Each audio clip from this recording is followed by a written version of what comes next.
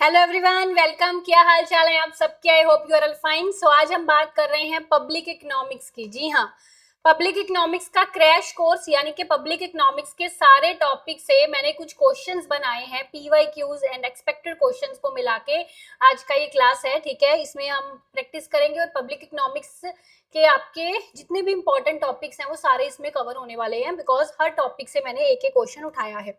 ठीक है जी।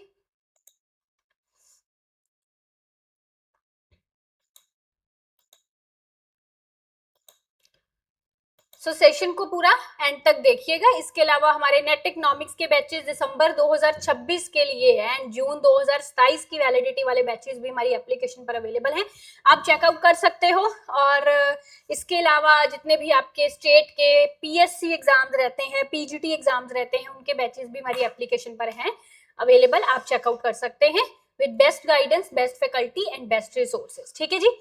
स्टार्ट करते हैं आज का ये सेशन। पहला क्वेश्चन आप सबके सामने।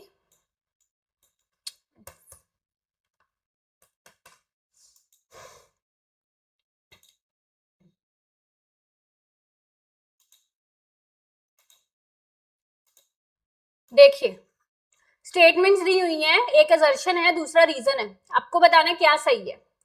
ठीक है, असर्शन में दिया उसने कि एक progressive income tax it is based on equi marginal sacrifice, यानी कि सम सीमांत त्याग के सिद्धांत पर आधारित है।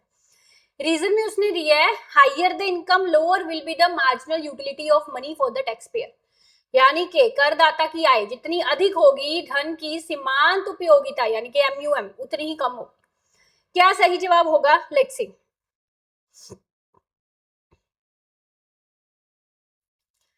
देखिए, बताइए आप लोग भी आंसर्स। एक progressive income tax, progressive income tax क्या होता है भाई? देखिए कि इनकम बढ़ने से वो टैक्स बढ़ रहा है ना, इनकम बढ़ने से टैक्स बढ़ रहा है, इक्वी मार्जिनल सेक्रीफाइस के बेस पे होता है। बिल्कुल सही असर्शन है, ये वाली स्टेटमेंट सही है। रीजन वाली स्टेटमेंट में उसने लिखा है कि भाई बंदे की इनकम जितनी ज्यादा है ना, उसकी मार्जिनल यूटिलिटी ऑफ मनी जो है उतनी ही कम होगी, है ना, एक टैक्स पेयर की। बिल्कुल सही है। देखो, मैंने जैसे आपको एक चीज बताई हुई है पहले भी कि 1,000 का नोट एक गरीब के लिए बहुत सेटिस्फेक्शन रखता है, बट एक अमीर के लिए उतनी सेटिस्फेक्शन नहीं रखता, उतनी यूटिलिटी उसको उससे नहीं मिलती। दैट मीन्स एमयूएम जो है रिच के लिए कम होती है और पुअर के लिए ज्यादा होती है। ये स्टेटमेंट बिल्कुल ठीक है ना। C, yes, both are true. Progressive income tax equi marginal sacrifice के बेस पे है, और जितनी ज्यादा इनकम होगी, higher the income lower will be the marginal utility of money for the taxpayer. अगर 1,000 रुपए अमीर को दो तो उसको इतनी यूटिलिटी नहीं मिलेगी, but if we will give it to a poor person then it has more utility, है ना। एक गरीब के लिए 1,000 रुपए ज्यादा यूटिलिटी रखते हैं बजाय कि एक अमीर के लिए उतनी यूटिलिटी नहीं रखते। जितनी ज्यादा इनकम होगी मार्जिनल यूटिलिटी ऑफ मनी उतनी ही कम होती है ना। So both statements are true and this is correct explanation. Progressive income tax equi marginal sacrifice के बेस पे है, दैट मीन्स की tax rate should be higher for people with higher income. जिसकी income ज्यादा है टैक्स रेट ज्यादा होना चाहिए, ठीक है, क्योंकि वो ज्यादा अफोर्ड कर सकते हैं पे करने के लिए, क्योंकि उनकी इसका रीजन क्या, क्यों? क्योंकि उनकी मार्जिनल यूटिलिटी ऑफ मनी कम है ना।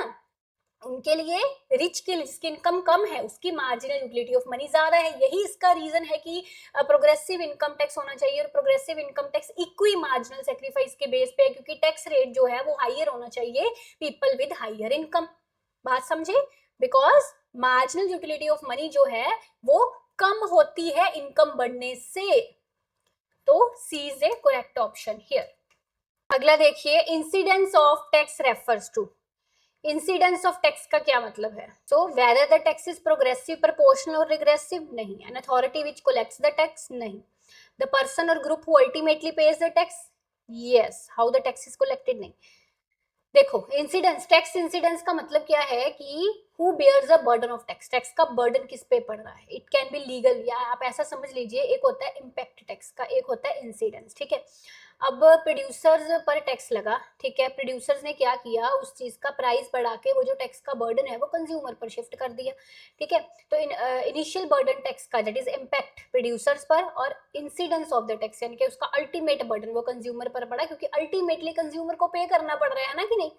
तो incidence of tax that means जिस पर बर्डन पड़ा टैक्स का कंज्यूमर्स पर यहाँ पे जैसे, है ना। सो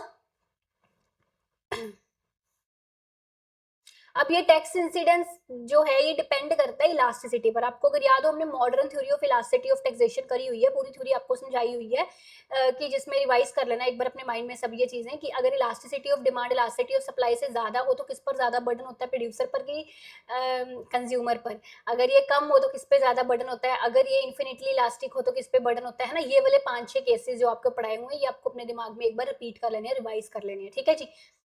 आगे देखिए, which of the following statements are relevant for gender budgeting. कहता है जेंडर बजटिंग के लिए कौन सी स्टेटमेंट सही है भाई बताइए। जेंडर बजटिंग, सो जेंडर बजटिंग एक कंसेप्ट है बेसिकली, इसमें ये है कि बजट में जो जेंडर है ना, एक जेंडर पर्सपेक्टिव से बजट बनाना कि अगर मेल को इस चीज का लाभ मिल रहा है तो फीमेल को भी इस चीज का लाभ मिले, ये है जेंडर बजटिंग, ठीक है। इसमें ऐसा नहीं है कि भाई महिलाओं के लिए कोई अलग से बजट बनाया जाएगा, नहीं, preparing A separate budget for women वाली इसमें कोई बात नहीं है, ठीक है। Gender budget government of India के द्वारा प्रैक्टिस किया जाता है, बिल्कुल सही है। बजटरी प्रोविजंस को बस जेंडर पर्सपेक्टिव से इवैल्यूएट किया जाता है कि भाई इस चीज का लाभ महिलाओं को भी मिले और मेल को भी मिले, फीमेल को भी मिले, तो ये थर्ड वाला भी सही है। जेंडर बजटिंग, जी हाँ, जेंडर एम्पावरमेंट का एक टूल है। तो बी सी डी ये 3 ऑप्शन सही है, पर प्रिपेयरिंग ए सेपरेट बजट, अच्छा ये वाला गलत है बिकॉज बी वाला गलत है बिकॉज उसने लिखा है gender budget is not practice but के, जबकि गवर्नमेंट ऑफ इंडिया के द्वारा ही जेंडर बजटिंग जो है ये प्रैक्टिस की जाती है, तो बी वाला इसलिए गलत हो गया ना फिर। तो सी एंड डी आपके ओनली यहाँ पे सही हो गए, ठीक है। Zero based budgeting lays emphasis on, zero based budgeting क्या होता है भाई। जीरो बेस्ड बजटिंग पीटर फिर के द्वारा दिया गया एक कंसेप्ट है, मुझे आप लोग पढ़कर पहले सही ऑप्शन बताइए। पीटर फिर, ठीक है, PHYRR फिर।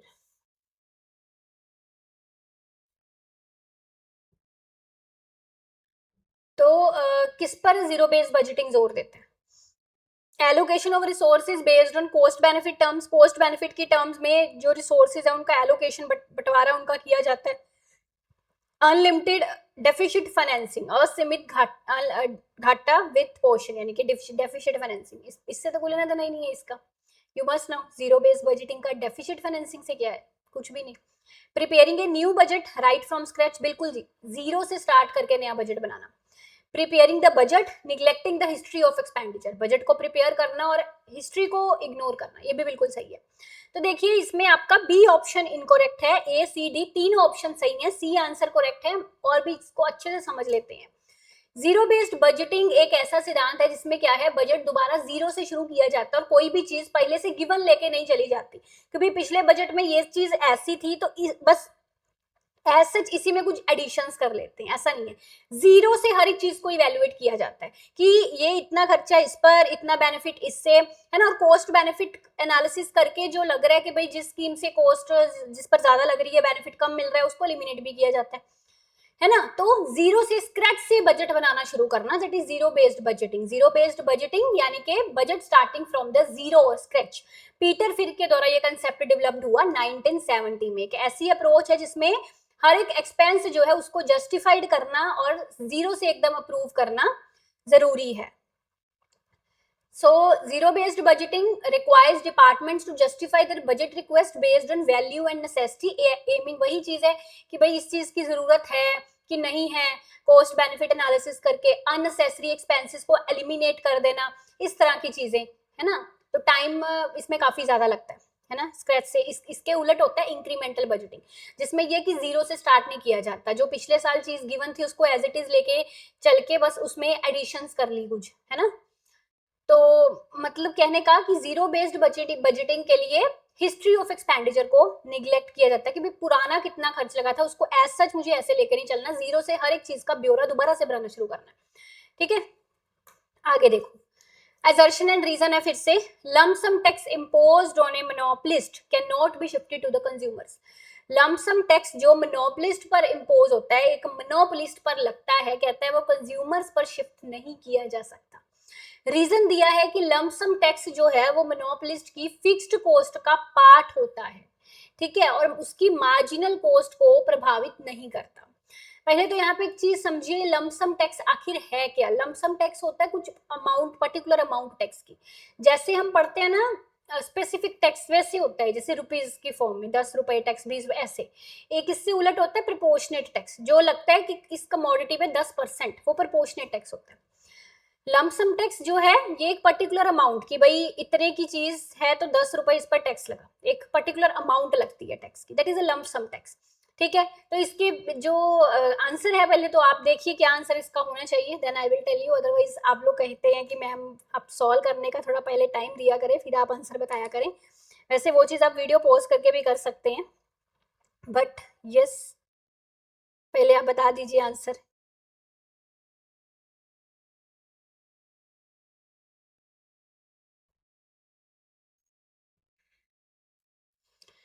जी हाँ, तो इसका आपका सी आंसर सही है, दोनों स्टेटमेंट्स बिल्कुल करेक्ट हैं। ठीक है, तो समझ लेते हैं इसको हम।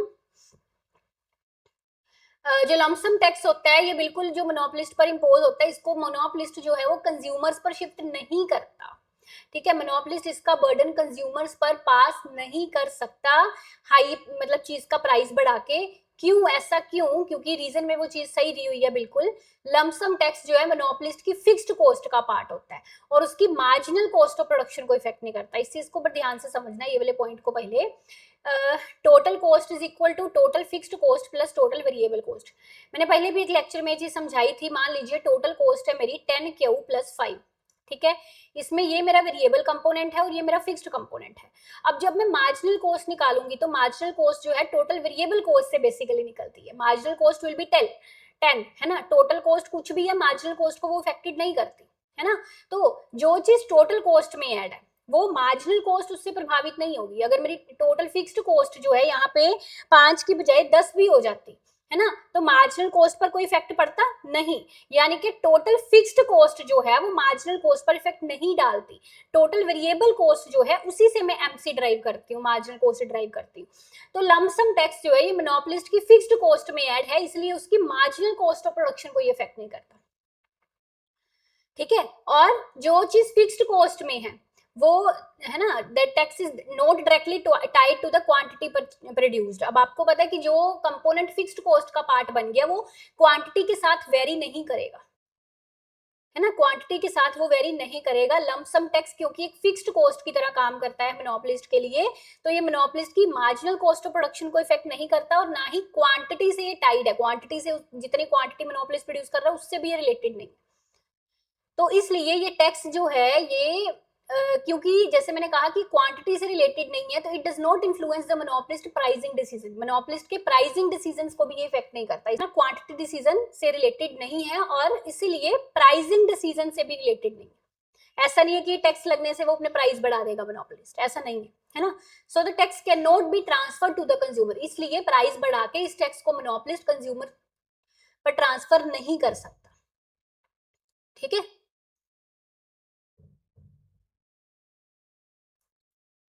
आगे देखो इनमें से कौन सा करेक्ट ऑप्शन है। Market is a system that works with price mechanism. Market एक ऐसा सिस्टम है जो प्राइस मैकेनिज्म के साथ काम करता है। Market failure refers to the divergence of market equilibrium from Pareto optimality. Market failure का मतलब है कि मार्केट इक्विलिब्रियम का डिवर्ज करना पेरेटो ऑप्टिमलिटी से। Market fails to efficiently supply public goods and the same makes a case for government intervention. Market जो है वो पब्लिक गुड्स की एफिशिएंट सप्लाई करने में फेल होती है और इसीलिए गवर्नमेंट इंटरवेंशन की जरूरत पड़ती है।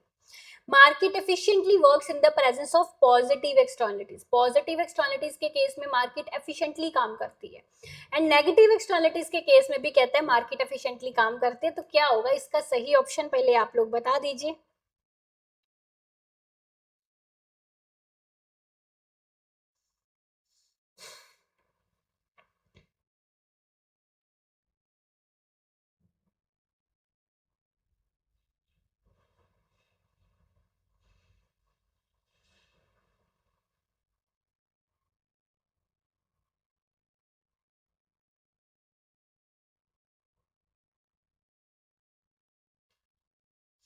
जी हाँ, क्या लग रहा है सही ऑप्शन?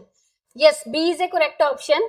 मार्केट एक ऐसा सिस्टम है जो प्राइस मैकेनिज्म, बिल्कुल जो मार्केट है उसमें एक बायर है एक सेलर है और प्राइस है। इन तीन चीजों से मार्केट बनती है, buyer seller price, buyer seller price, that's so पहला ऑप्शन बिल्कुल सही है। फिर मार्केट फेलर का मतलब वही है कि पेरेटो ऑप्टिमिलिटी की नॉन अचीवमेंट को मार्केट फेलर बोलते हैं, बहुत बार आपको बताया हुआ है, बी भी सही है। फिर market fails to efficiently supply public goods, जब मार्केट पब्लिक गुड्स की सप्लाई एफिशिएंटली नहीं कर पाती तो इसलिए गवर्नमेंट को जरूरत पड़ती है। अब बहुत सारी चीजें हैं जो जिसमें गवर्नमेंट की इंटरवेंशन की जरूरत है, फ्लाईओवर्स बनाने, है ना, पब्लिक की वेलफेयर के लिए काम करने, उसके लिए गवर्नमेंट इंटरवेंशन की जरूरत है, क्योंकि ऐसे वाले पब्लिक गुड्स को मार्केट एफिशिएंटली सप्लाई नहीं करती। सी वाला बिल्कुल सही है। जब किसी भी तरह की एक्सटर्नलिटीज आ जाती हैं तो एक्सटर्नलिटीज पहचान है मार्केट फेलर की, भाई एक्सटर्नलिटीज पहचान है मार्केट फेलर की। एक्सटर्नलिटीज एक सबसे बड़ा कारण है मार्केट फेलर की, तो एक्सटर्नलिटीज के होते हुए मार्केट एफिशिएंटली काम नहीं कर सकती।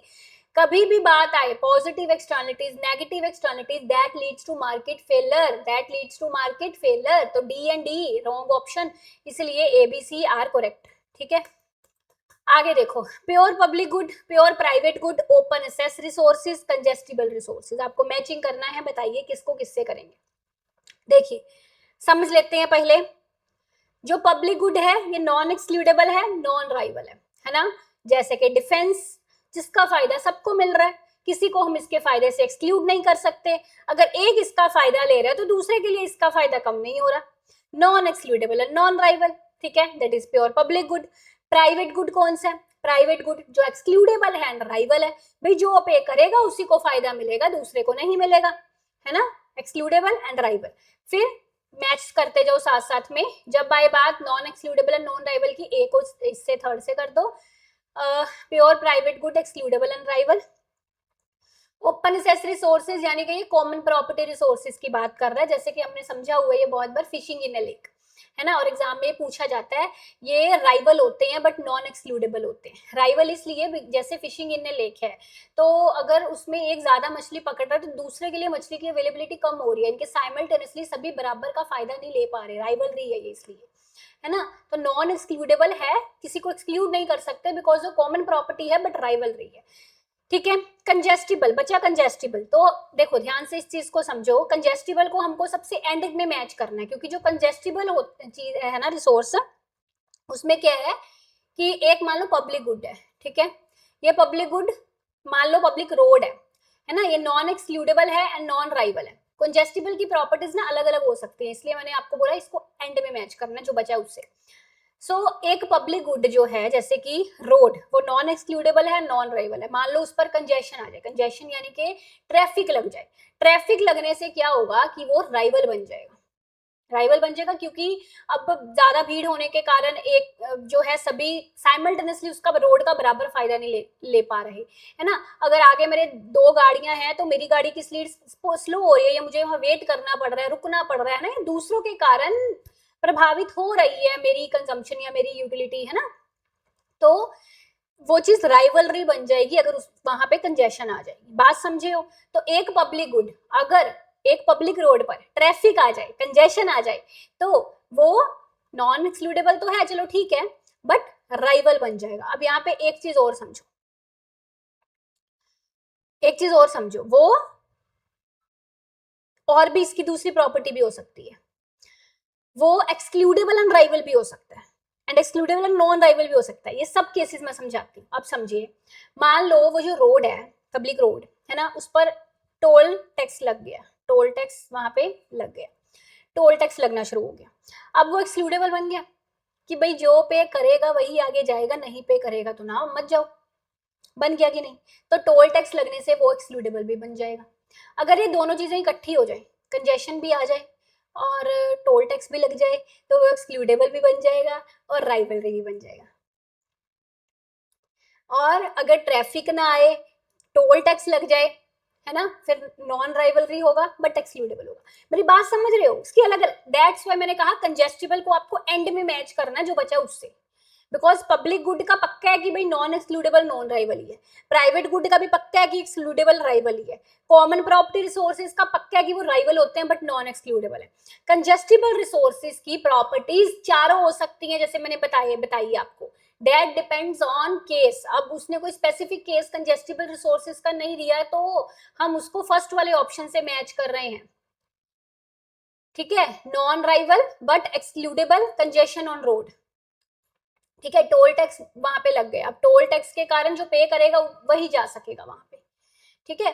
तो उसकी जैसे मैंने आपको कहा चारों प्रॉपर्टीज हो सकती है कंजेस्टिबल सोर्स की, नॉन एक्सक्लूडेबल, नॉन राइवल भी हो सकते हैं अगर वो सिंपली एक पब्लिक गुड है, पब्लिक रोड है, अगर वो है ना पब्लिक रोड है, वो एक्सक्लूडेबल एंड राइवल भी हो सकता है, ठीक है, नॉन एक्सक्लूडेबल एंड राइवल भी हो सकता है और एक्सक्लूडेबल एंड नॉन राइवल भी हो सकता है, डिपेंड्स अपॉन केस, है ना। उस पब्लिक रोड पर अगर टोल टैक्स लग गया और काफी सारा ट्रैफिक देखने को मिला तो एक्सक्लूडेबल भी राइवल भी, है ना। अगर उस पर ट्रैफिक देखने को मिला नॉन एक्सक्लूडेबल राइवल, अगर उस पर टैक्स लग गया, ठीक है, टोल टैक्स लग गया और that that will be excludable and non rival, ठीक है, हर तरह का केस हो सकता है।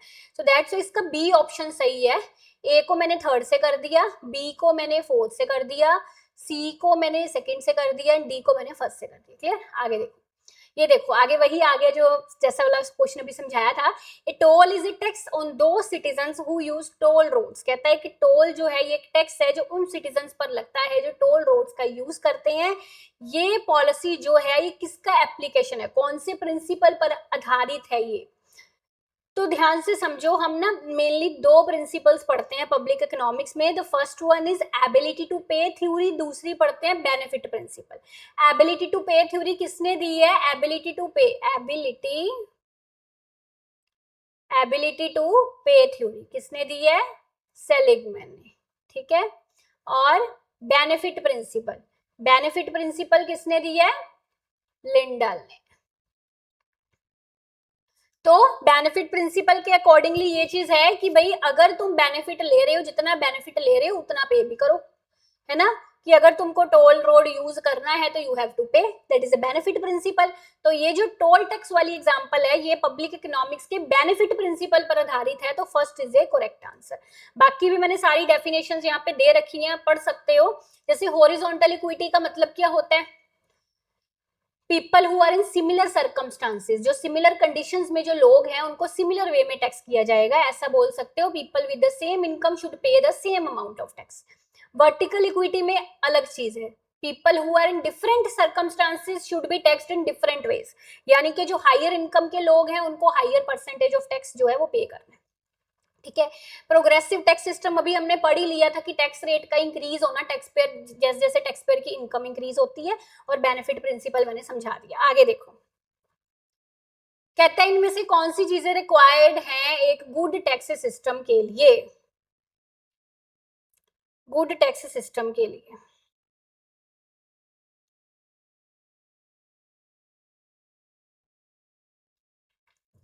बताइए आप लोग पहले आंसर।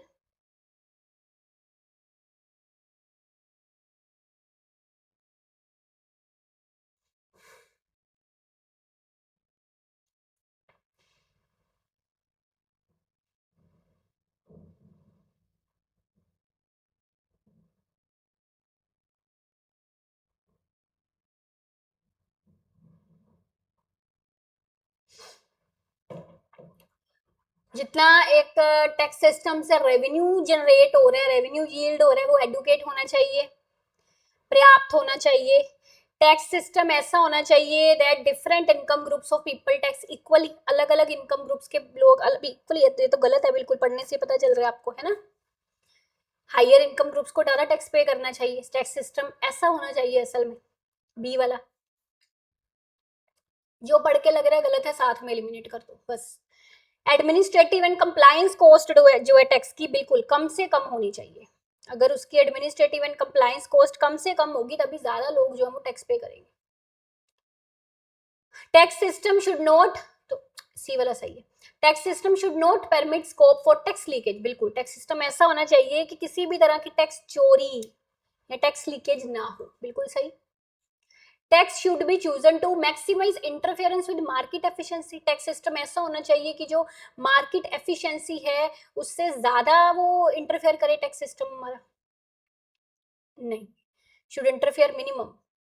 तो बी एंड ई जैसे ही आप एलिमिनेट करोगे ना, if you eliminate B and E and then you will get the, हाँ रेवेन्यू यील्ड एडुकेट होना चाहिए, you will get the correct answer A C D, तो C is a correct option here। है ना।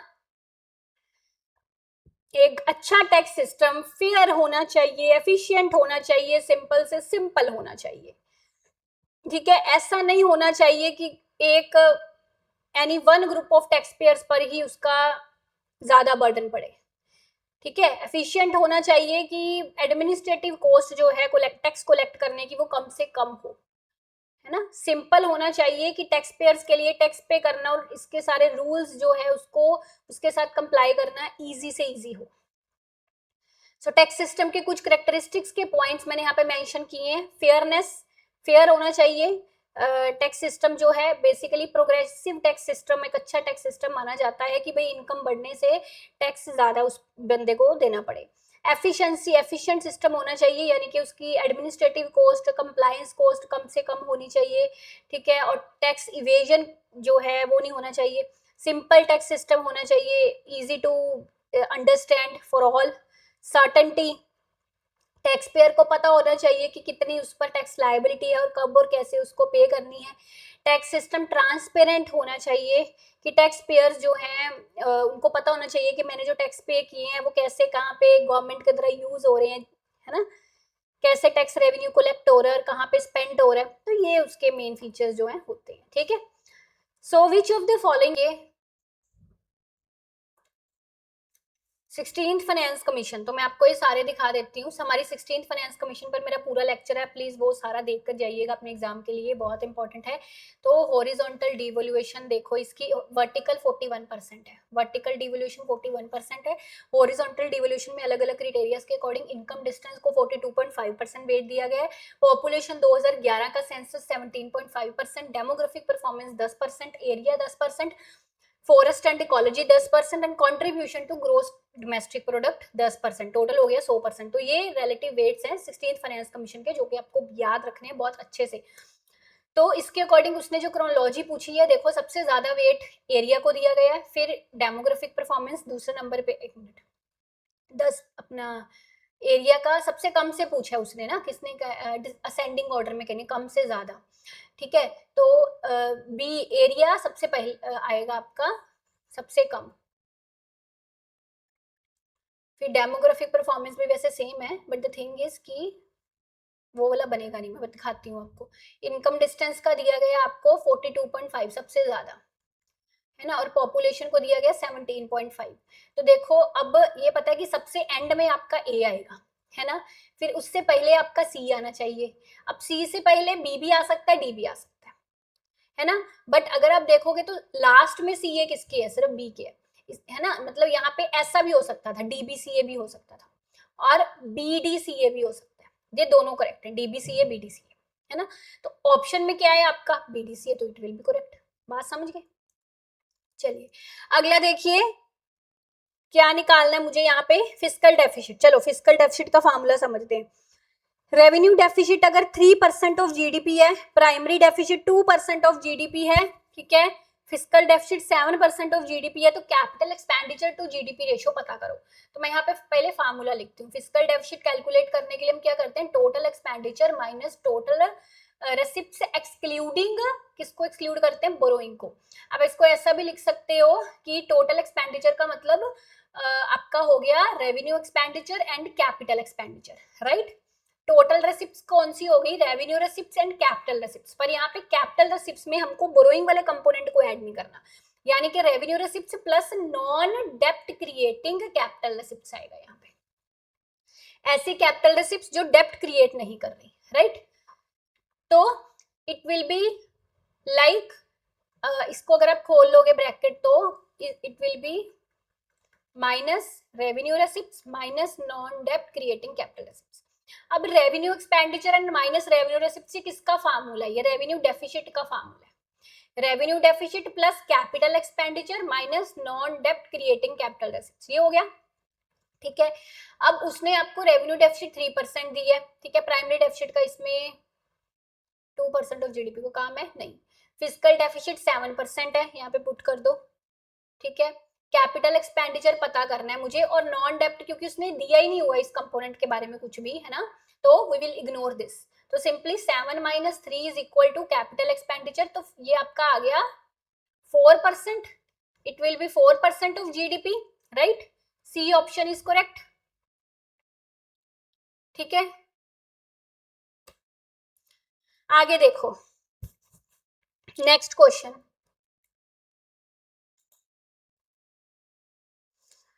कहते हैं इफ ए मार्केट जनरेट से side effect और एक्सटर्नलिटी जिसको हम बोलते हैं, देन उससे मार्केट सोल्यूशंस मेरे इनएफिशिएंट होंगे। बिल्कुल सही है भाई, एक्सटर्नलिटी से मार्केट फेलर होता है, मार्केट एफिशिएंसी नहीं होती है, हमने पहले भी पढ़ा।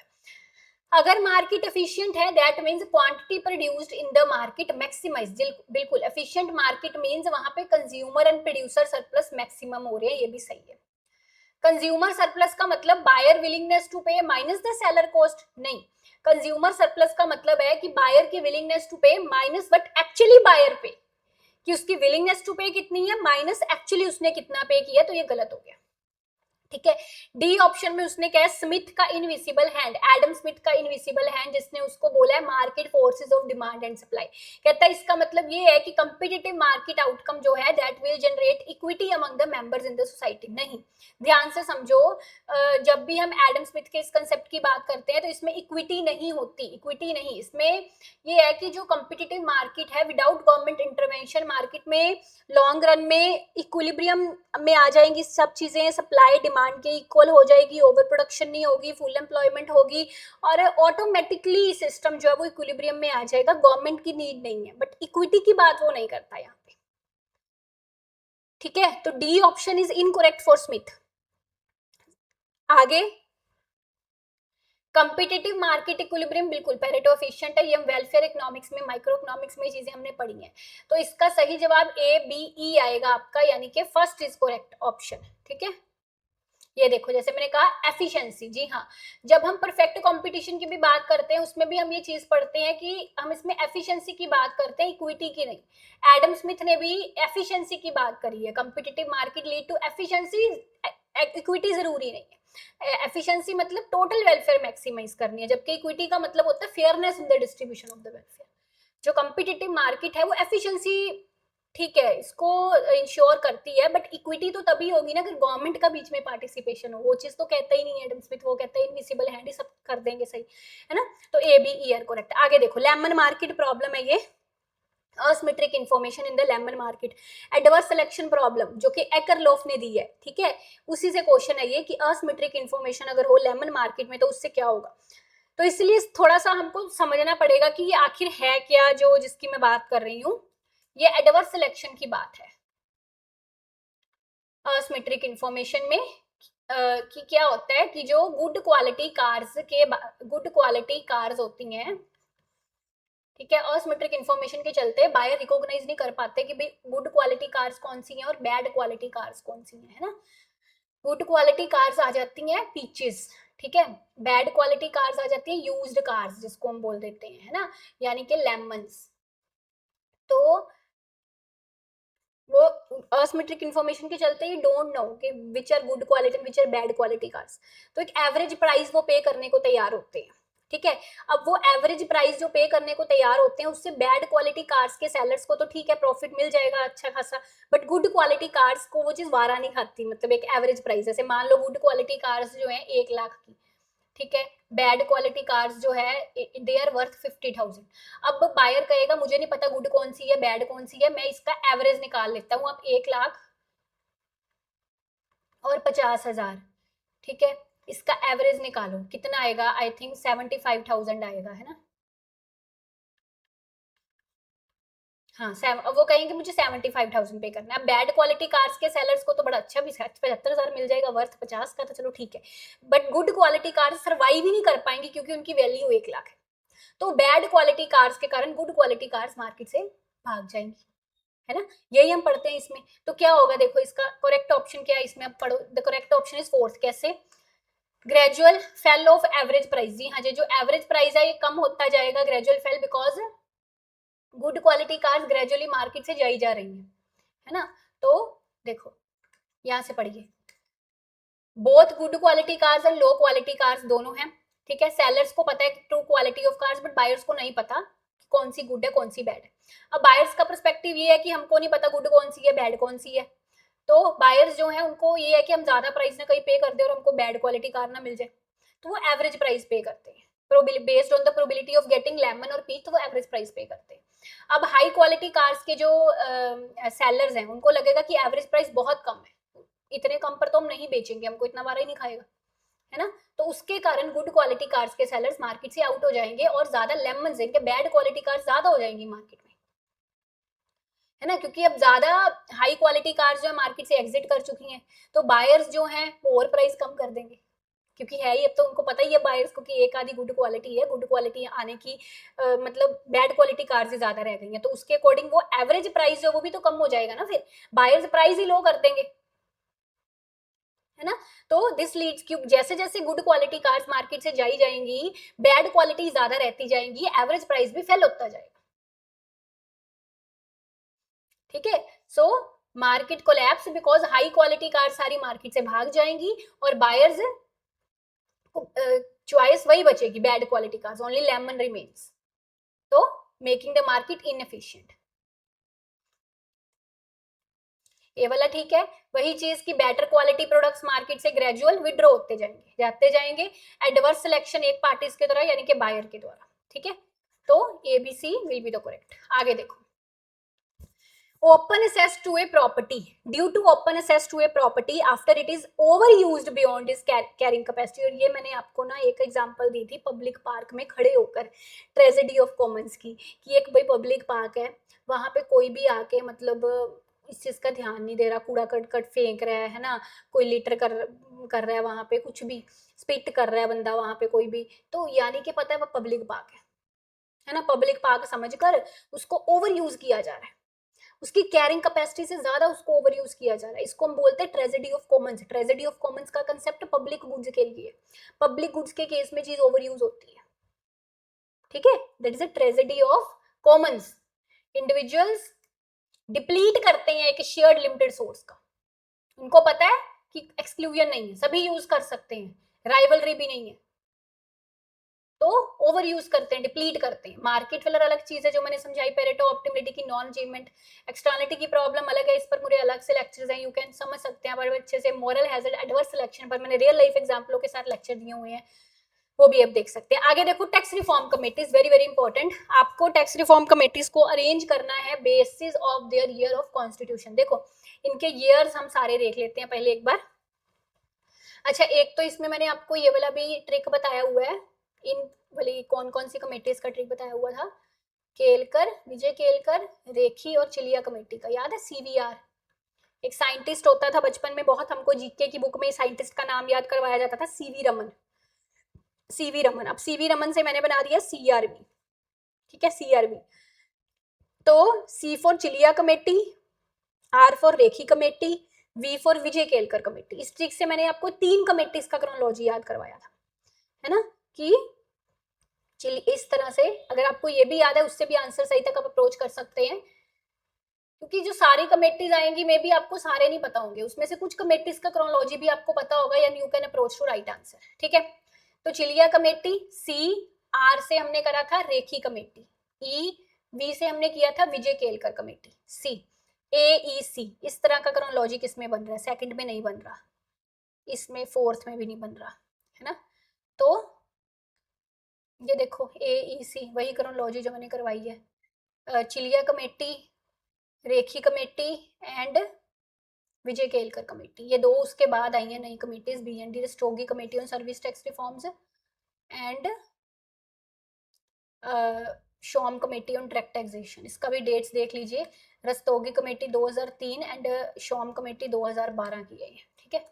आगे देखो, which of the following is true in case of externality. Externality के केस में क्या सही है,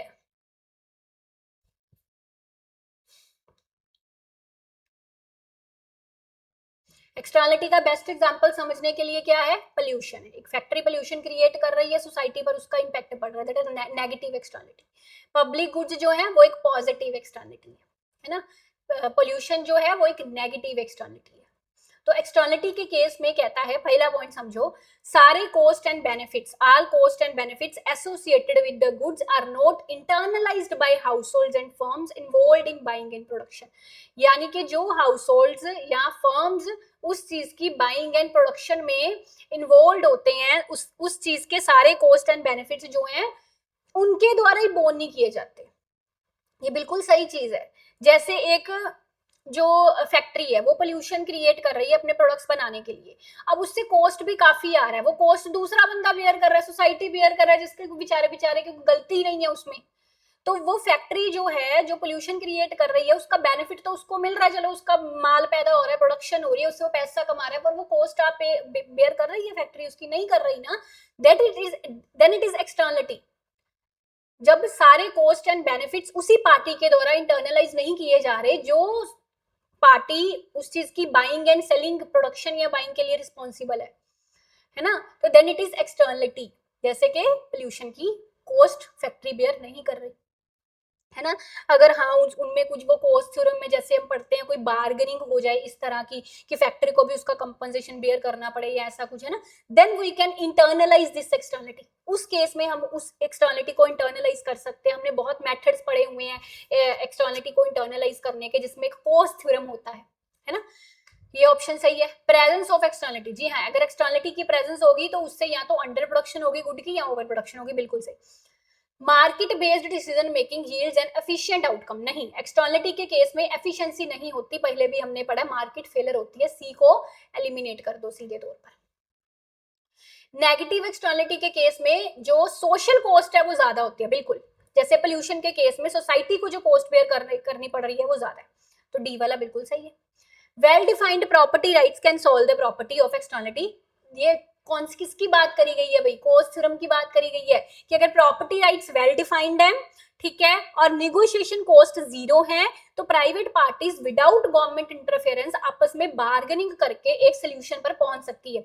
जिसमें हमने एक कैटल रेयरर की एग्जांपल दी थी कि एक फार्मर है और एक कैटल रेयरर है ना, कैसे वो उसका जो कैटल है वो उसका खेत जो है डिस्ट्रॉय कर रहा है, तो आपस में बार्गेन करके एक सोल्यूशन पर पहुंचते हैं। मैंने इसका एक शॉर्ट वीडियो चैनल पर बना हुआ है, आप सर्च करके देखना, ठीक है। So well defined property rights यानी कि वो कॉस्ट थ्योरम की बात कर रहा है, Coase theorem is the solution of externality, that is exactly right. तो A B D E third option इसका आपका सही आएगा, ठीक है। यहाँ से आप सारा बाकी पढ़ सकते हो, आप इसका स्क्रीनशॉट लेके भी पढ़ सकते हो, या मेरे पूरे पूरे जो लेक्चर्स हैं एक्सटर्नलिटी वाले उसमें से भी अब ये चीजें समझ सकते हो। जैसे नेगेटिव एक्सटर्नलिटी में पोल्यूशन की ही एग्जांपल दी गई है, ठीक है, और पॉजिटिव एक्सटर्नलिटी में एजुकेशन की एग्जांपल दी है। आगे Wagner's law of increasing state activities, तो ध्यान से समझिए, पब्लिक एक्सपेंडिचर वाला जो आपका एक वो है पार्ट है इसमें, उसमें ये लॉ बहुत इंपॉर्टेंट है, Wagner law of increasing state activities, public expenditure वाला ये आपका कंसेप्ट है, ठीक है। तो इसमें देखो वैगनर लॉ जो है ये एक पब्लिक एक्सपेंडिचर की थ्योरी है, बिल्कुल सही है ये, अभी मैंने आपको बताया। इसमें ना बेसिकली स्टेट एक्टिविटीज की बात करी गई है कि गवर्नमेंट के रोल की बात करी गई है, ठीक है। Public sector in industrializing nations grew as proportion of the total economic activity, बिल्कुल कहते हैं कि जैसे जैसे टोटल इकोनॉमिक एक्टिविटी बढ़ती है, पर कैपिटा इनकम आउटपुट बढ़ती है, तो जो गवर्नमेंट सेक्टर है, जो पब्लिक सेक्टर है, वो भी ग्रो करता है, बिल्कुल बी वाला पॉइंट सही है। Proportionate increase in public sector is not constant but increasing with the increase in total economic activity, कि पब्लिक सेक्टर में कितना प्रोपोर्शनेट इंक्रीज होगा, कहता है वो कांस्टेंट नहीं रहता, पर हाँ पब्लिक सेक्टर इंक्रीज होता है, इसकी इंपॉर्टेंस बढ़ती है, पब्लिक सेक्टर ग्रीव करता है जैसे जैसे टोटल इकोनॉमिक एक्टिविटी बढ़ती है। Law accounts for the effect of war on public expenditure, नहीं, ऐसा तो नहीं है इसमें कुछ। Public expenditure stepwise manner, ये कौन सी थ्योरी है, देखो ये भी आपको पढ़नी है अपने एग्जाम के लिए, रिवाइज कर लेना। Peacock Wiseman hypothesis, peacock Wiseman hypothesis, जिसमें हम पढ़ते हैं कि पब्लिक एक्सपेंडिचर एक स्मूथ नहीं, स्टेप वाइज मैनर में, जर्की मैनर में बढ़ता है। इसमें हम तीन इफेक्ट्स पढ़ते हैं, concentration effect, inspection effect and displacement effect. तीनों इफेक्ट्स आपको अच्छे से याद होने चाहिए, रिवाइज कर लेना इस लेक्चर के बाद ये तीनों इफेक्ट्स, ठीक है। तो that thing is related to Peacock Wiseman hypothesis of public expenditure, not Wagner hypothesis, तो ई को आप एलिमिनेट कर सकते हो। डी एंड ई जो है वो सही नहीं है वैगनर लॉ के बारे में, ठीक है। तो वैगनर लॉ कहता है सिंपली जैसे जैसे इकोनॉमी ग्रो करती है, size and scope of government expenditure बढ़ता है, ठीक है। वो प्रपोर्शनेट भी हो सकता है इकोनॉमिक एक्टिविटी के, नहीं भी proportionate increase in public sector constant नहीं भी हो सकता, ठीक है। तो इसी के साथ आज का सेशन खत्म करते हैं, कैसा लगा मुझे कमेंट्स में जरूर बताना। इसके बाद आपका एक इंडियन इकोनॉमी का सेशन होगा, then we will end this series. Okay ji, best of luck, thank you.